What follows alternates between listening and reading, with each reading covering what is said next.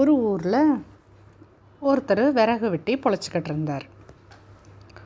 அப்போ ஒரு தினம் என்ன பண்ணுவாராம்மா, காட்டுக்கு போய் விறகு வெட்டிட்டு வந்து அந்த விறகெல்லாம் கரெக்டாக அரேஞ்ச் பண்ணிவிட்டு டவுனில் கொண்டே அதை விற்றுட்டு வந்தால் தான் அவருக்கு அன்னைக்கு சாப்பாடு. ஸோ விறகு வெட்டுறது தான் அவரோட தொழிலே. அப்படி ஒரு நாள் என்ன பண்ணார், விறகு வெட்டுறதுக்காக கொஞ்சம் காட்டுக்குள்ளே போயிட்டார். அங்கே ஒரு நரி ஒன்று படுத்துருக்குது.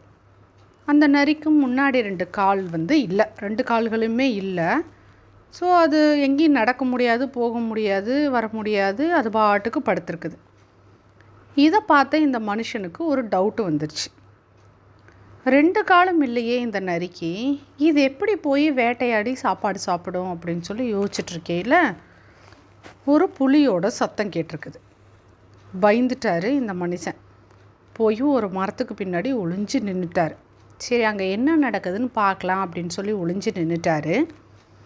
ஸோ அந்த சமயம் பார்த்து ஒரு புலி என்ன பண்ணியிருக்குது, மானை அடித்து தரன்னு இழுத்துட்டு வந்து அந்த நரி பக்கத்தில் போட்டு சாப்பிட்ருக்குது.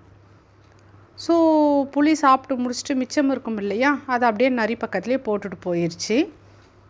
அப்போ நரி என்ன பண்ணியிருக்குது, புளி மிச்சம் வச்சுட்டு போன அந்த சாப்பாட்டை சாப்பிட்டு வயிறு நரைச்சிக்கிச்சு. இதை பார்த்தா அந்த மனுஷனுக்கு ஒரு யோசனை, இந்த நரி எங்கேயும் போகாமல் சாப்பாடே இதோட இடம் தேடி வருதே, நம்ம ஏன் போய் விறகு வெட்டி கொண்டு விற்று அதை காசாக்கி வீட்டில் கொண்டு வந்து சமைச்சு சாப்பிட்டு இத்தனை கஷ்டப்படணும்? நம்மளும் கம்முனு எந்த வேலைக்கும் போகாமல் இருந்தால் நமக்கு சாப்பாடு வீடு தேடி வருமில்ல. அவர் கொஞ்சம் சாமி பக்தி கொண்டவர். அவரால் முடிஞ்ச வரைக்கும் காலையில் விறகு வெட்ட போகிறதுக்கு முன்னாடி கோயிலுக்கு போயிட்டு சாமி கும்பிட்டுட்டு அப்புறம் தான் விறகு வெட்ட போவார். ஸோ அந்த மாதிரி சாமி பக்தி மிகுந்தவர் என்ன நினச்சாராமா, ஊனமாக இருக்க இந்த நரிக்கே கடவுள் இருப்பிடம் தேடி சாப்பாடு கொண்டு வந்து கொடுக்குறாரு, நம்ம ஏன் வேலைன்னு சொல்லி அலையணும், நம்மளும் கடவுளை கும்பிட்டுட்டே இருந்துக்கலாம், சாப்பாடு நம்ம இடம் தேடி வரும் அப்படின்னு நினச்சிட்டு எந்த வேலைக்கும் போகலை. அவர் பாட்டுக்கு காலையில் எழுந்திரிக்க அப்பப்போ கோயிலுக்கு மட்டும் போயிட்டு வர்றாரு. காலையில் எழுந்திரிக்க சாப்பிட, அதாவது கொஞ்சம் சேமித்து வச்சுருப்பார் இல்லையா, அதை வச்சு சமையல் செய்கிறது கொஞ்சம் ஜாமானம்லாம் இருக்கும் இல்லைங்களா, அதை வச்சு சாப்பிட, மறுபடியும் தூங்க, ஈவினிங் எந்திரிக்க, சாப்பிட தூங்கன்னு இப்படியே நாட்கள் ஓடிட்டே இருந்திருக்குது. அவர் சேமித்து வச்சுருந்த எல்லா காசும் செலவாயிடுச்சு. நாட்கள் மாதங்கள் ஆயிடுச்சு. ஏதோ அப்பப்போ வெளியே கோயிலுக்குன்னு சொல்லிட்டு போய் சாமி கும்பிட்டுட்டு வருவார். கையில் இந்த காசெல்லாம் தீர்ந்துருச்சு. சமைக்கிறதுக்கு எதுக்குமே கையில் காசு இல்லை, சாப்பாட்டுக்கு காசு இல்லை. சாப்பிடாமையே இருக்கிறாரு. என்னாகும், இளைச்சி போயிடுவார் இல்லையா, எலும்பு தோலுமா இருக்கும் இல்லையா. என்ன பண்ணுறாரு, நடக்கவே முடியாமல் கோயிலுக்கு போகிறாரு. கோயிலுக்கு போயிட்டு அப்படியே மயக்கம் போட்டு படுத்துட்றாரு.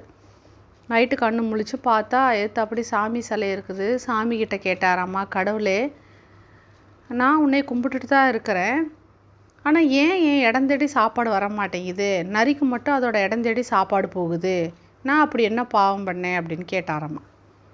அதுக்கு கடவுள் சொன்னாராம்மா, முட்டாளே, நீ பாடம் கற்றுக்க வேண்டியது நரிக்கிட்டு இருந்தில்ல, புலிகிட்டு இருந்து. புலி என்ன பண்ணுச்சு, அதனால் முடிஞ்ச வரைக்கும் சாப்பாட்டு கொண்டு வந்து அந்த ஊனமுற்ற நரிக்கு கொடுத்துச்சு இல்லையா. நீ முடிஞ்ச வரைக்கும் உன்னால் வேலை செஞ்சு இல்லாதவங்களுக்கு நீ உதவணுமே தவிர, நரிக்கிட்டு இருந்து பாடம் கற்றுக்கிட்டு எந்த வேலையும் செய்யாமல் சாகிற நிலைமையில் இருக்கிற நீ முட்டாளே அப்படின்னு சொல்லி திட்டிட்டு போயிட்டாரு கடவுள். அப்போ தான் அந்த மனுஷனுக்கு தெரிஞ்சிருக்குது, ஓ, நமக்கு வாழ்க்கையில் கிடைச்ச பாடம் நரியை பார்த்து இருக்கக்கூடாது, நம்ம இடம் தேடி சாப்பாடு வரும்னு சொல்லிட்டு புளியை பார்த்து கற்றுக்கணும். புளி ஊனமுற்றவங்களுக்கு சாப்பாடு கொண்டு வந்து கொடுத்துச்சு இல்லையா, அந்த மாதிரி நம்மளும் முடியாதவங்களுக்கு ஹெல்ப் பண்ணணும் அப்படின்னு சொல்லி புளியை பார்த்து கற்றுக்கணும் அப்படின்னு சொல்லிட்டு ஒரு மனசு மாதிரி அன்னையிலேருந்து நல்லா வேலைக்கு போய் சம்பாரித்து இல்லாத ஏழைகளுக்கெல்லாம் கொடுத்து ஹெல்ப் பண்ணாராமா. ஓகே ஃப்ரெண்ட்ஸ், இந்த ஸ்டோரி உங்களுக்கு பிடிச்சிருந்துச்சுன்னா மறக்காமல் நம்ம சேனலை சப்ஸ்கிரைப் பண்ணுங்கள். வேறு ஒரு நல்ல ஸ்டோரியில் பார்க்கலாம்.